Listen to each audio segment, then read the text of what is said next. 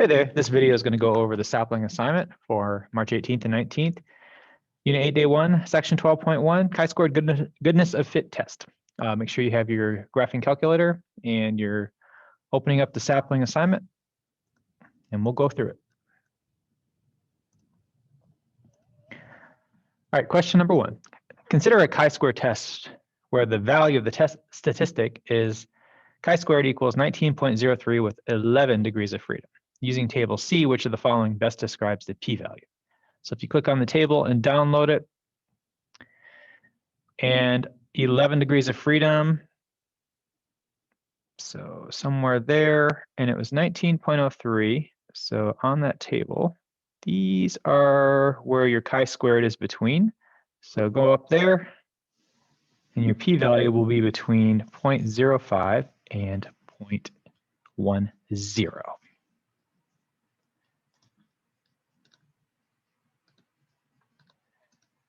So it will be this one here. You can also actually get that from your calculator. Let me show you how. You go to second vars, go to option 8, chi-squared CDF. Your lower bound will be 19.03. Your upper bound will be infinity, 1e99. And you put in your degrees of freedom, which is 11. And because it gives you a value of 0.06, which is between 0.05 and 10, you know that's the right answer.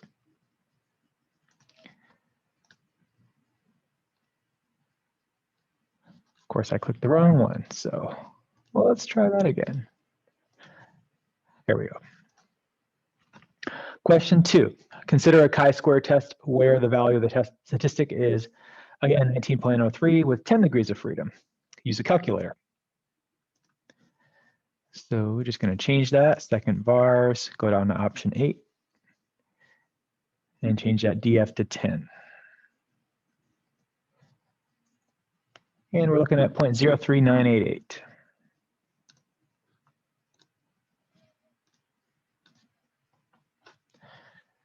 Question 3.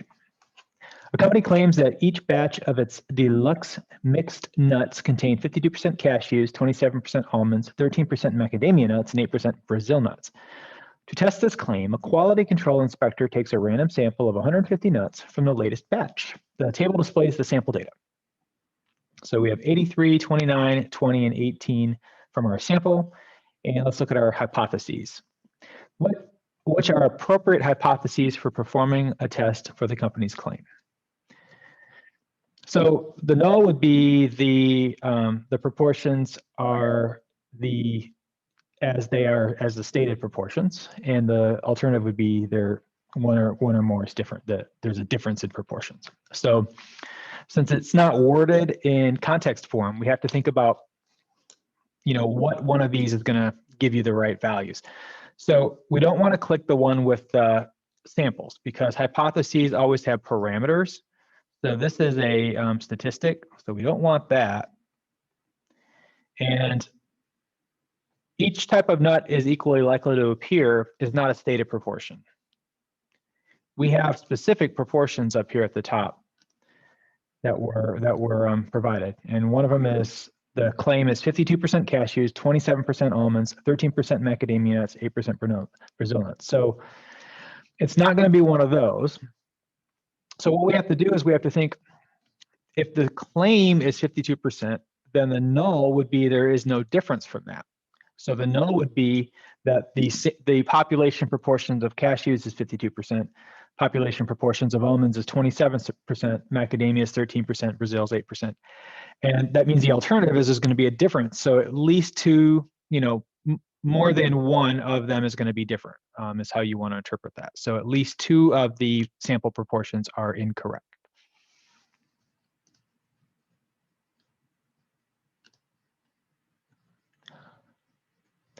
So now we can get our expected counts. So what we want to do, the question says, same scenario, which of the following shows the expected counts?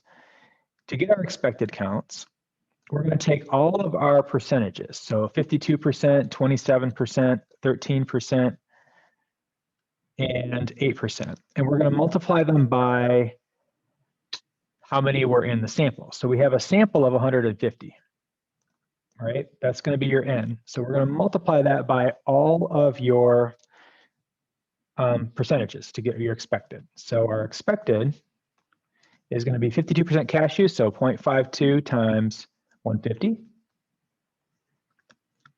0.27 times 150, and so on and so on. So 0.13 times 150 and 0.08 times 150. So you should try getting those, making sure you can get the appropriate expected. Never round those. Always use decimals for those.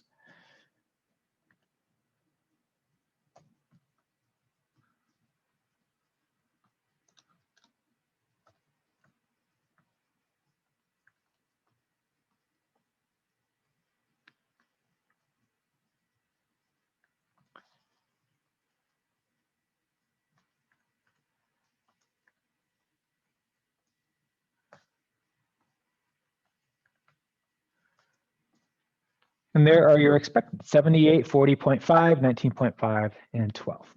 So don't round that to 41. We're going to keep it at 78, 40.5, 19.5, and 12.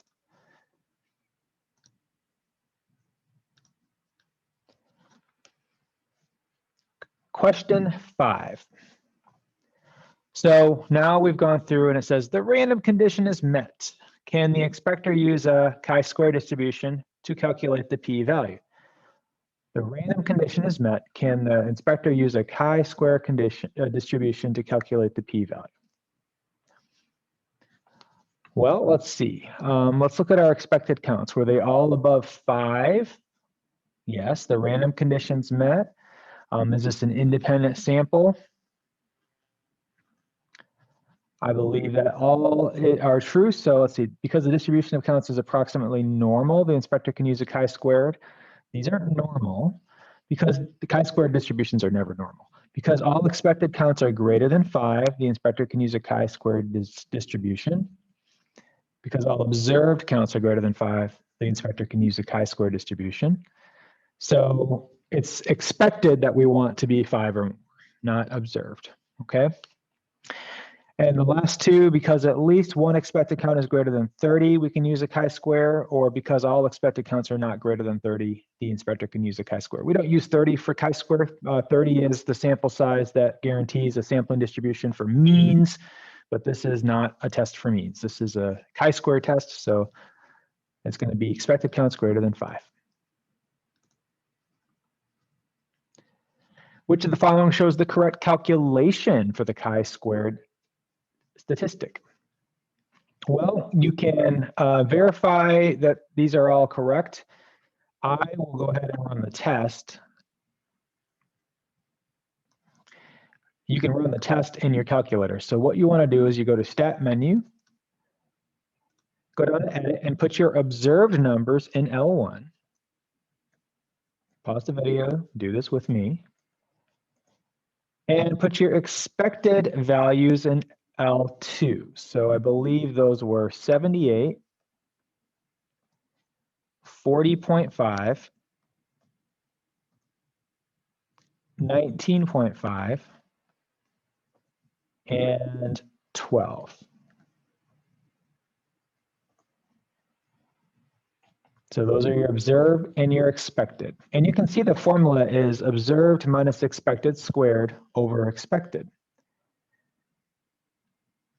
So we're going to run the test.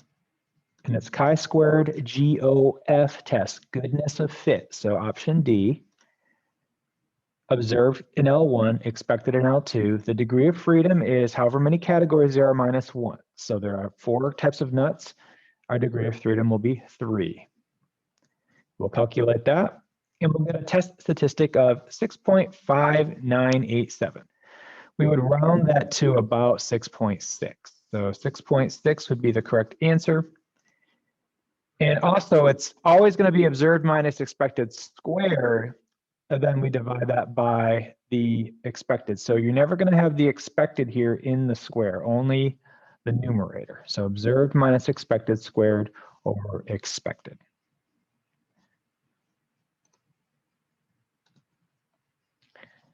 Question 7. What are the appropriate degrees of freedom and p-value? Well, I ran this in the test, so I actually have all those numbers. Our degree of freedom is 3, even though we could have just subtracted 4 minus 1. It's in your calculator. The p-value is 0.085. So that's going to be this last option for me.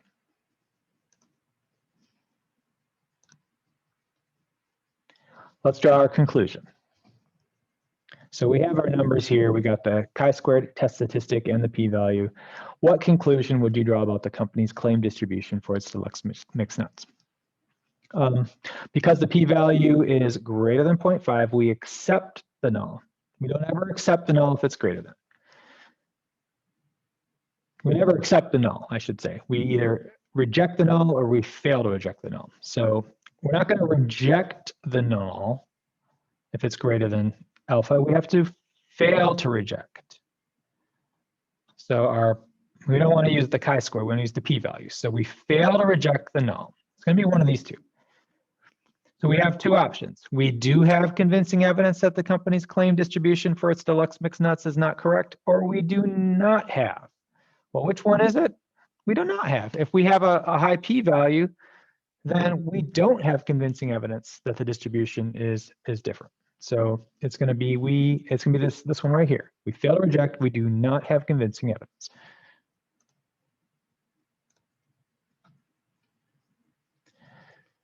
Question number 9. Kellogg's Fruit Loops cereal comes in 6 colors: orange, yellow, purple, red, blue, and green. Charisse randomly selected 120 loops and noted the color of each. Shown in the table are her data. So we have 28 orange, 21 yellow, 16 purple, 25 red, 13 blue, 16 green. We want to test the null. Fruit Loops contain an equal proportion of each flavor versus the alternative. Fruit Loops do not contain an equal proportion. So if they're equal, then they're all going to have the same amount. So use a chi-squared goodness of fit test to compute the test statistic and p-value. Do these data provide the convincing evidence at the 5% significance level that the Kellogg's Fruit Loops do not contain an equal proportion of each color? Well, first of all, we gotta know how many we have, right? So we have 120 Fruit Loops, and if the null is that they're equal,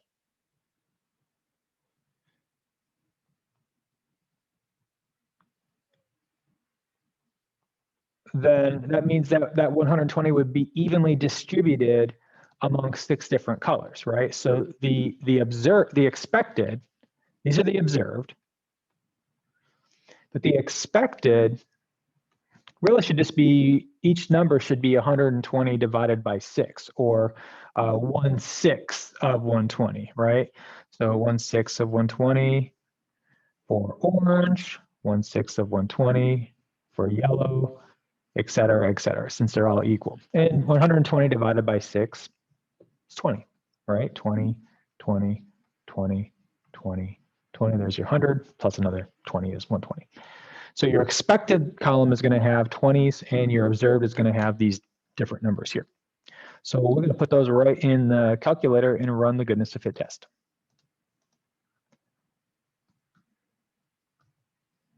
I'm going to clear my memory. Second plus 712. Go to stat edit, and let's put the numbers in.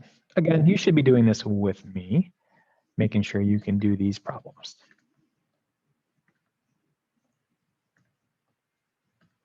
So those you're observed are expected 20, 20, 20, 20, 20, 20. Not that many 20s. And we'll go to stat, tests, chi-square goodness fit test. Degree of freedom would be 5, since there are 6 different types of Fruit Loops. And we'll go to calculate. And here's what we have. We have a chi-squared test statistic of 7.9, a p-value of 0.1618. So 0.1618 is greater than 0.05. We fail to reject the null. We cannot conclude Fruit Loops do not contain an equal proportion of each color. Oh, I hate all those knots, but we fail to reject the null. We can't conclude that there is not an equal proportion of Fruit Loops, basically.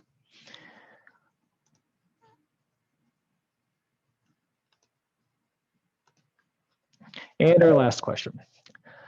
Statistics teacher Jason Molesky contacted Mars to ask about color distribution of Skittles candies. Here's an excerpt from the response he received.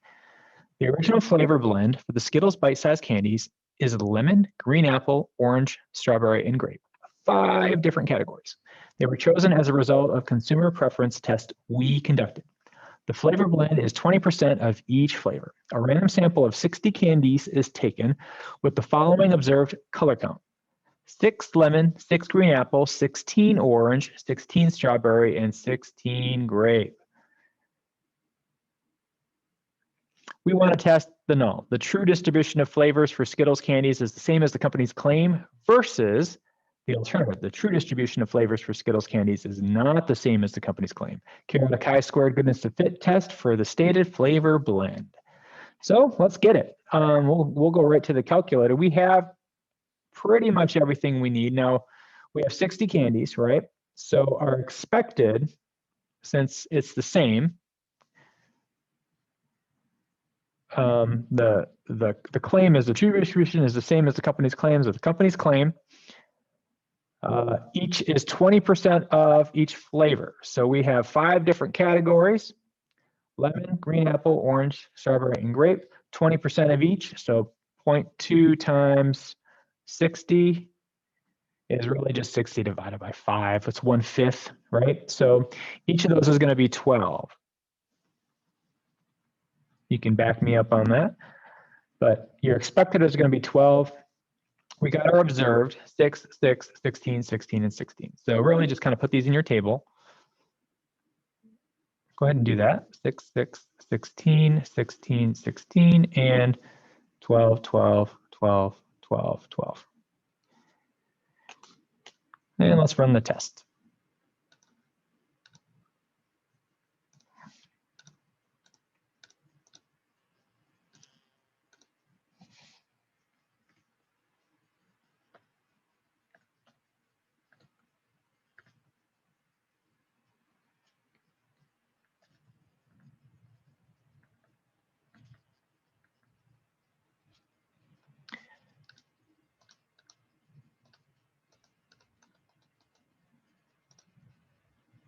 The degree of freedom, since there's 5 colors, is going to be 4. And we'll calculate it. So we have a chi-squared of about 10. The p-value is 0.04. So that would be between 0.01 and 0.05.